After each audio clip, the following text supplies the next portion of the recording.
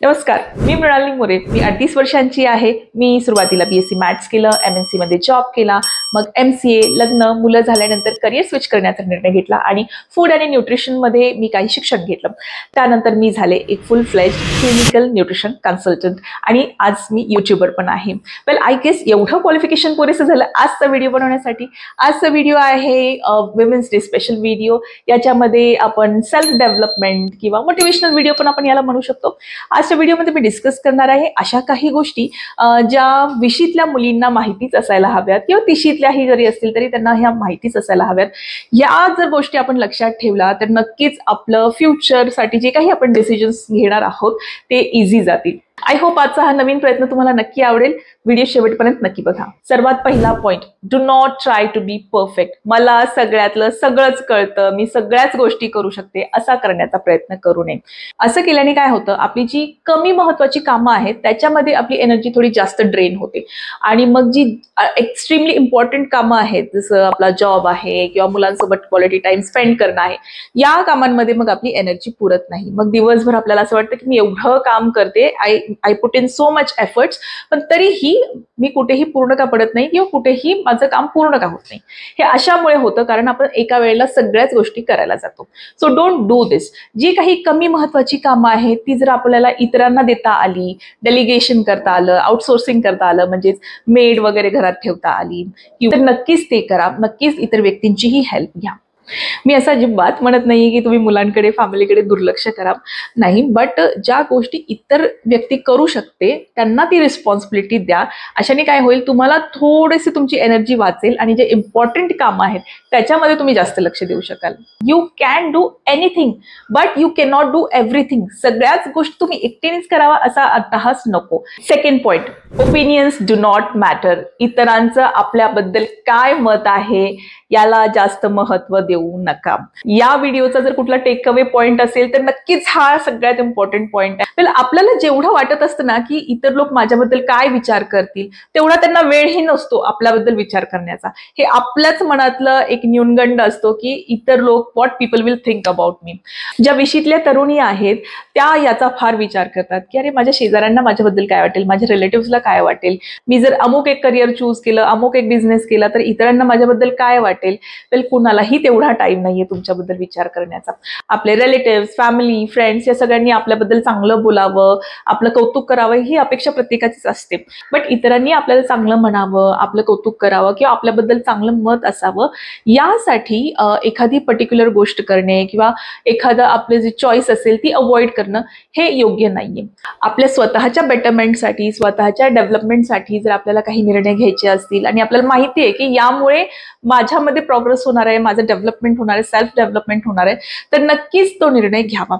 May be लोकांना तो आत्ता पटणार नाही, बट काही वर्षानंतर, काही काळानंतर आपण जे केलं ते योग्य केलं हे आपल्या फॅमिलीला किंवा इतरांनाही पटतं. त्यामुळे ओपिनियन्स जे आहेत ते लोकांचे चेंज होत राहतात. तुम्ही तुमच्या लाईफमध्ये किती सक्सेसफुल आहात, तुम्ही काय करत आहात सध्या, त्याप्रमाणे लोकांचे ओपिनियन्स जे आहेत ते चेंज होत राहतात आणि जी चेंज होणारी गोष्ट आहे त्याला जास्त इम्पॉर्टन्स द्यावं असं मला नाही वाटत. येऊयात थर्ड पॉइंटकडे.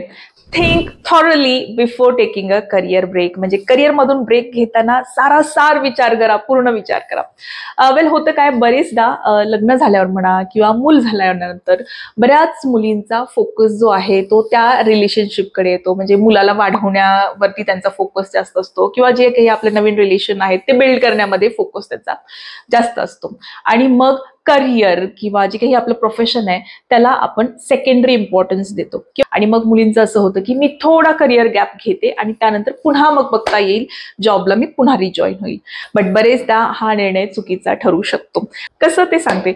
जनरली आपण ज्यावेळेस आई होतो किंवा बाळ झाल्यावरती बऱ्याच जणींना असं वाटतं की आपण आता बाळाकडे लक्ष द्यावं आणि आपलं ऑफिस किंवा जॉब जे आहे ते काही काळासाठी थांबवावं. मग बरेचदा काय होतं, 5-6 वर्षापर्यंत बाळ मोठं होईपर्यंत गॅप घेतला जातो आणि मग असं नंतर ठरवलं जातं की नाही आता आपण थोडंफार करिअरकडे लक्ष द्यावं. बट 5-6 वर्षाच्या गॅप नंतर जे प्रोफेशनल लाईफ आहे ते एकदम चेंज झालेलं असतं. जे रिक्वायरमेंट्स आहेत तुमच्या जॉबच्या त्या एकदम चेंज झालेल्या असतात आणि 5 वर्षाच्या गॅपमुळे तुम्ही एकदम असं वाटू लागतं की आपण मागे पडलो आहोत का, आपण बॅकवर्ड झालो आहोत का इन टर्म्स ऑफ स्किल किंवा जे काही जॉब प्रोफाईल आहे त्याच्यामध्ये, कारण 5-6 वर्षांमध्ये जग खूप पुढे गेलेलं असतं हे आपल्या सर्वांना माहिती. मग काय होतं, ज्यावेळेस जॉब रिजॉईन करण्याची वेळ येते त्यावेळेस आपल्यामध्ये कॉन्फिडन्स कमी असतो, आपल्याला नवीन गोष्टींची जुळवून घेता येत नाही आणि मग येतं फ्रस्ट्रेशन. त्यामुळे जर तुम्ही करिअरमधून ब्रेक घेणार असाल तर नक्कीच याचा सारासार विचार करा की मी नक्की रिजॉईन करू शकेन का, किती काळानंतर रिजॉईन करणार आहे, पुन्हा तेवढीच एफिशियन्सीने मी काम करू शकेन का, आणि करिअर ब्रेक घेतल्यामुळे फायनान्शियली माझ्या फॅमिलीवरती काही परिणाम होणार आहे का, आणि खरंच करिअर ब्रेक घेतल्यानंतर तुम्हाला पुन्हा जॉब ऑपॉर्च्युनिटी, पुन्हा तुम्हाला तुमच्या पोझिशन मिळतील का, या सर्व गोष्टींचा सारासार विचार करूनच करिअर ब्रेक घ्यावा. 4th point, opportunity comes unannounced and goes unnoticed. म्हणजे संधी जी आहे ती आपल्याला अपेक्षा नसताना येते आणि आपल्या लक्षात येण्याच्या आधीच की ही संधी मला आहे ती निघून जाते. बरेचदा आपल्याला काय वाटतं की मी या संधीसाठी रेडी नाहीये. फॉर एक्झाम्पल, एखादं जॉबमध्ये प्रमोशन तुम्हाला आलेलं आहे की तुम्ही प्रमोशनला अप्लाय करू शकता का, त्यावेळेस आपल्याला असं वाटतं की नाही बाबा, मी यावर्षी आय डोंट थिंक सो मी तयार आहे ह्या प्रमोशनसाठी, जबाबदाऱ्या घेण्यासाठी, किंवा मी ते इंटरव्ह्यू पास करेन का नाही यासाठी मला नाही वाटत मी तयार आहे. मी थोडी तयारी करते आणि मग पुढल्या वर्षी मग आपण बघूया.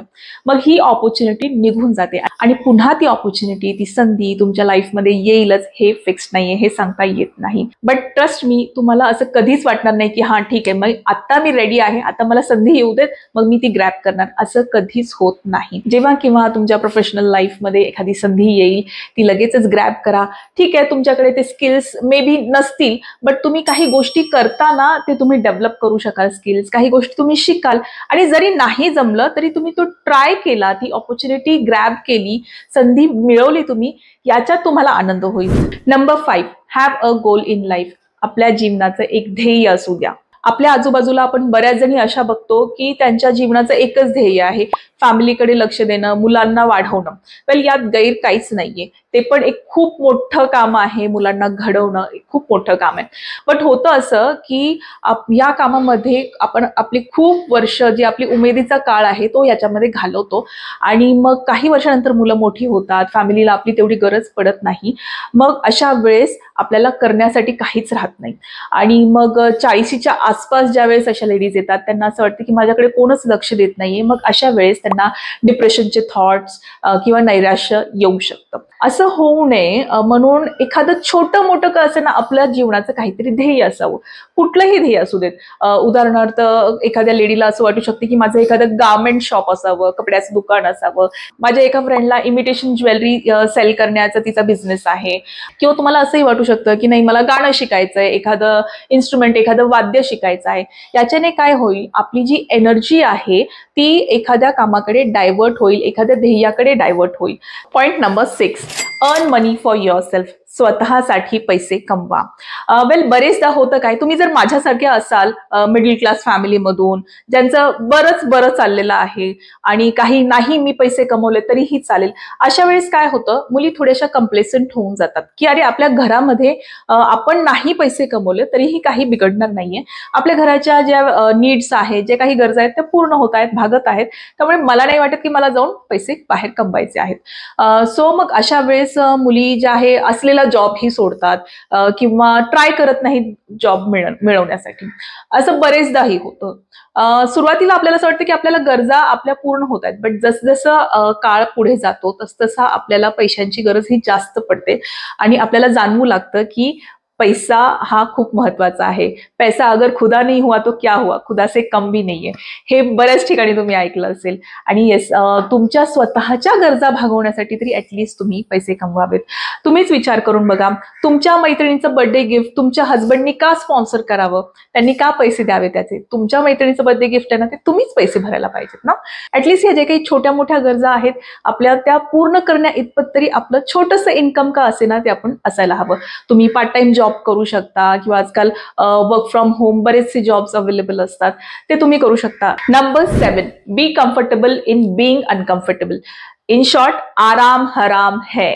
येस, आपल्याला नेहमी असं वाटत असतं की सगळ्यांनी आपलं कौतुक करावं, इतरांनी आपल्याला रिस्पेक्ट द्यावा, किंवा आपल्या मुलांनी आपलं कौतुक करावं आणि मला सक्सेस मिळावं, मला जॉब पण करायचा आहे. पण बऱ्याच जणांना ना आपला कम्फर्ट झोन सोडायचा नसतो. आता कम्फर्ट झोन काहीही असू शकतो की मी अमुक एखादंच काम करणार आहे. काही जणांना असं वाटतं की मला माझं घर सोडून मला दुसरं काम नाही करायचं, मला घरात बसूनच काम करायचं आहे. असं होऊ शकत नाही. प्रत्येक गोष्ट आपल्याला आपल्या मनासारखीच मिळेल असं होणार नाही. बऱ्याच वेळेला आपल्याला बरेचसे एफर्ट्स घ्यावे लागतात. घरामध्ये गुबगुबीत गादीवर बसून आपल्याला हवे ते रिझल्ट्स, हवे ते सक्सेस मिळणार नाहीये. असं होऊ शकणार नाही की मला सक्सेसफुल व्हायचं आहे, मला बऱ्याचशा गोष्टी मिळवायच्या आहेत आयुष्यामध्ये आणि मला माझं घरच सोडायचं नाही. घराच्या बाहेर पडा, थोडंसं अनकम्फर्टेबल व्हा, लोकांशी तुम्ही इंटरॅक्ट व्हा, कळेल तुम्हाला की लाईफ हे बाहेर खूप हार्ड असतं, अनकम्फर्टेबल असतं आणि ही अनकम्फर्टेबल लाईफ जगल्यावरतीच तुम्हाला तुमचं कम्फर्ट झोनमध्ये जाता येईल. तुम्हाला जे काही तुमचं ध्येय अचीव्ह करायचं आहे ते करता येईल. बरेच स्वप्न आपण बघतो की मला हे व्हायचंय, मला ते व्हायचंय, मला एवढा मोठा बंगलो हवाय, बट त्या सगळ्यासाठी आपल्याला हार्डवर्क करण्याची तयारी नसते. सो मेक शुअर की तुम्ही ह्या डिस्कम्फर्टला, हे जे काही हार्डवर्क आहे याची सवय करून घ्याल जर तुम्हाला काही अचीव्ह करायचं असेल तर. Number 8, cherish your friendships. म्हणजेच आपल्या मित्रमैत्रिणींची कदर करा. येस, आता मित्रमैत्रिणी म्हणजे ते नाही फेसबुक किंवा इंस्टाग्रामवरचे. वेल, इंस्टाग्रामवरनं मला आठवलं की मी माझ्या इन्स्टा पेजवरतीही बराचसा कॉन्टेंट पोस्ट करत असते.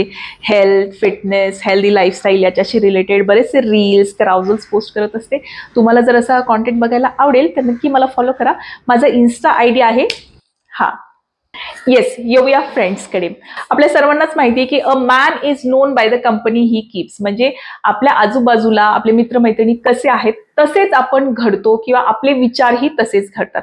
आपले फ्रेंड्स जर आपल्या लाईफमध्ये व्हॅल्यू ऍड करणारे असतील, म्हणजे त्यांची विचारसरणी खूप चांगली आहे, पॉझिटिव्ह थॉट्स आहेत, ते स्वतः त्यांच्या लाईफमध्ये बऱ्याच गोष्टी अचीव्ह करत आहेत, तर अननोईंगली आपण स्वतःही मोटिवेट होत राहतो की माझी अमुक अमुक मैत्रीण जी आहे ती किती छान अचीव्ह करत आहे तिच्या लाईफमध्ये, तिचे गोल्स अचीव्ह करत आहे, किती छान ती एखादी कला जोपासत आहेत. आपणही त्याच्यापासून मोटिवेट होतो आणि आपणही तशा गोष्टी करू लागतो. सो मेक शुअर की तुम्ही अशा लोकांशी फ्रेंडशिप कराल किंवा आपल्या आजूबाजूला असे लोक ठेवाल जे तुमच्या लाईफमध्ये काहीतरी व्हॅल्यू ऍड करतील. आणि चेरिश युअर फ्रेंडशिप म्हणजे आपली मैत्री जी आहे ती नेहमी जोपासा. नेहमी जरी तुम्ही बिझी असाल तुमच्या प्रोफेशनल लाईफमध्ये, फॅमिली लाईफमध्ये, तरीही काही काळाने आपल्या मित्रमैत्रिणींशी कॉन्टॅक्ट ठेवा. You can call them or you can go and meet them, but नेहमी आपल्या फ्रेंड्सला थोडासा वेळ द्या. Tip number 9, dress well, be presentable. म्हणजेच टापटीप राहा. आता तुम्ही म्हणाल सेल्फ डेव्हलपमेंट, विमेन्स डेच्या व्हिडिओमध्ये ही अशी काय टिप आलेली आहे? वेल येस, बीइंग प्रेझेंटेबल म्हणजे टापटीप दिसणं हेही खूप महत्वाचं आहे आणि हे मी माझ्या विशीत नाही तर खूप उशिरा शिकलेली आहे. मी अशा फॅमिलीमधून आलेली आहे जिथे सिम्पल लिव्हिंग, हाय थिंकिंग म्हणजेच साधी राहणी, उच्च विचार याला खूप महत्व दिलं जातं. म्हणजेच भरपूर अभ्यास करणं, मेंदूची वाढ करणं वगैरे याला इम्पॉर्टन्स दिलं जातं. जे आपण कसे दिसत आहोत याला जास्त इम्पॉर्टन्स द्यायची नाही, एक अशी शिकवण आमच्या घरात आहे. आणि त्यामुळेच मी बराच काळ खूप साधी किंवा थोडंफार शॅबी, गबाळ ज्याला म्हणतात तशीही राहत होते.